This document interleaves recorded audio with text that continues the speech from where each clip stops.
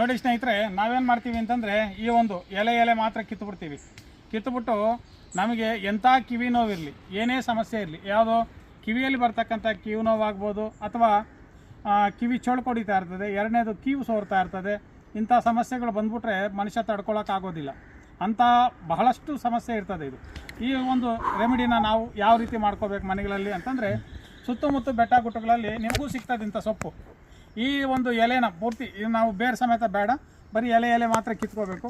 ಕಿತ್ಕೊಂಡು ಆ ರೆಮಿಡಿ ಮಾಡಿದಾಗ ಇದನ್ನ ನೋಡಿ, ನೆಲ್ಲು ಹುಲ್ ತಗೋಬೇಕು. ನೆಲ್ಲು ಹುಲ್ ತಗೊಂಡು ಹಾಸ್ಬಿಡ್ಬೇಕು, ಕೆಳಗಡೆ ಹಾಸ್ಬಿಟ್ಟು ಈ ಒಂದು ಎಲೆಗಳನ್ನ ಟೋಟಲಾಗಿ ಎಲ್ಲ ಜೋಡಿಸ್ಬೇಕು. ಲೈನಾಗಿ ಜೋಡಿಸ್ಬಿಟ್ಟು ಬೆಂಕಿ ಇಕ್ಬಿಟ್ರೆ ಟೋಟಲ್ ಎಲ್ಲ ಸುಟ್ಟೋಗ್ತದೆ. ಸುಟ್ಟೋಗಿ ಇದರಲ್ಲಿರ್ತಕ್ಕಂಥ ರಸ ಸ್ವಲ್ಪ ಮೆತುವಾಗ್ತದೆ ಈ ಎಲೆ.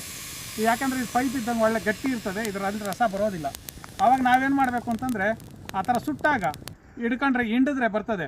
ಆ ಹಿಂಡಬೇಕಾದ್ರೆ ಕೈಗೆ ಗ್ಲೌಸ್ ಇರಬೇಕು. ಯಾವುದೇ ಕಾರಣಕ್ಕೂ ಡೈರೆಕ್ಟಾಗಿ ಹಿಂಡೋಕ್ಕಾಗಲ್ಲ, ಯಾಕಂದರೆ ನಸೆ ಬರ್ತದೆ, ಒಂಥರ ಕೈ ನಾವೇ ತುರಿಕೆ ಬರ್ತಾ ಇರ್ತದೆ.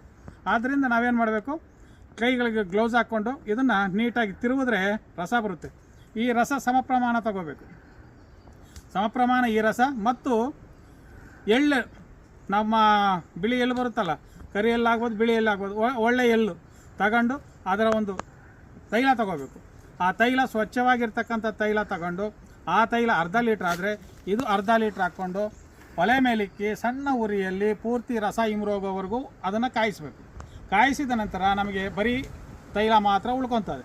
ಆ ತೈಲವನ್ನು ನಾವು ಒಂದು ಬಾಟ್ಲಲ್ಲಿ ಶೇಖರಣೆ ಮಾಡಿಕೊಂಡು ಪ್ರತಿನಿತ್ಯ ಕಿವಿಗಳಲ್ಲಿ ಒಂದೊಂದು ಡ್ರಾಪ್ಸ್ ಹಾಕ್ಕೊತ ಬಂದರೆ ಕಿವಿ ನೋವಿರಲಿ ಮತ್ತು ಕಿವಿ ಕಟ್ಟೋದಾಗಲಿ, ಹುಣ್ಣಾಗಲಿ ಅಥವಾ ಚೊಳು ಕೊಡಿಯೋದಾಗಲಿ, ಇಂಥ ಸಮಸ್ಯೆಗಳು ಕೆಲವರಿಗೆ ತುಂಬ ಬಹಳಷ್ಟು ದಿನಗಳಿಂದ ಕಾಡ್ತಾ ಇರ್ತದೆ. ಅದು ಹಾಕ್ಕೊಳ್ತಾ ಬರ್ತಾ ಇದ್ದರೆ ಏನಾಗುತ್ತೆ ಅಂದರೆ ಆ ಒಂದು ಸಮಸ್ಯೆನ ಬಗೆಹರಿಸ್ಕೋಬೋದು. ಅವು ನೀವು ಮಾಡ್ಕೊಳ್ಳಿ. ಅಕಸ್ಮಾತ್ ಆಗದೇ ಇದ್ದ ಪಕ್ಷದಲ್ಲಿ ಕೆಳಗಡೆ ಬರ್ತಾ ಇರ್ತಕ್ಕಂಥ ನಂಬರ್ ಕಾಲ್ ಮಾಡಿದ್ರೆ ಅದಕ್ಕೆ ಸಂಬಂಧಪಟ್ಟಿರ್ತಕ್ಕಂಥ ಔಷಧಿಗಳು ನಮ್ಮಲ್ಲಿ ಸಿಗ್ತವೆ. ಬೇಕಾದರೆ ಕಳಿಸ್ಕೊಡ್ತೀವಿ. ಅದನ್ನು ಬಳಸಿ ನಿಮ್ಮ ಒಂದು ಆರೋಗ್ಯನ ಉಳಿಸ್ಕೋಬೇಕು ಅಂತ ತಿಳಿಸ್ತಾ ಇದ್ದೀವಿ. ನೋಡಿ, ಇದೆಲ್ಲ ಪೂರ್ತಿ ಗುಟ್ಟ ಎಲ್ಲ ಅದೇ ಇದೆ, ನೋಡ್ಕೊಳ್ಳಿ. ಪೂರ್ತಿ ಈ ಥರ ಎಲ್ಲ ಇದೆ.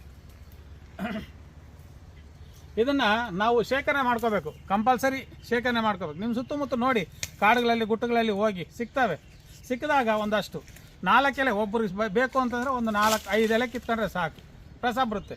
ಎಷ್ಟು, ಒಂದು 100 ml ಎಳ್ಳೆಣ್ಣೆ ಹಾಕಿ, ಇದು ಎಳ್ಳೆಣ್ಣೆ ಹಾಕಿ ಎರಡೂ ಸೇರಿಸ್ಕೊಂಡು ಬೆರೆಸ್ಕೋಬೋದು ಕ್ಲಿಯರಾಗಿ. ಯಾಕಂದರೆ ದೊಡ್ಡ ಪ್ರಮಾಣದಲ್ಲಿ ಯಾರಾದರೂ ಮಾಡ್ಕೋಬೇಕಾದ್ರೆ ಬೇಕಾದವ್ರಿಗೆ ನಾನು ಅರ್ಧ ಲೀಟ್ರ್ ಹೇಳಿದ್ದೀನಿ.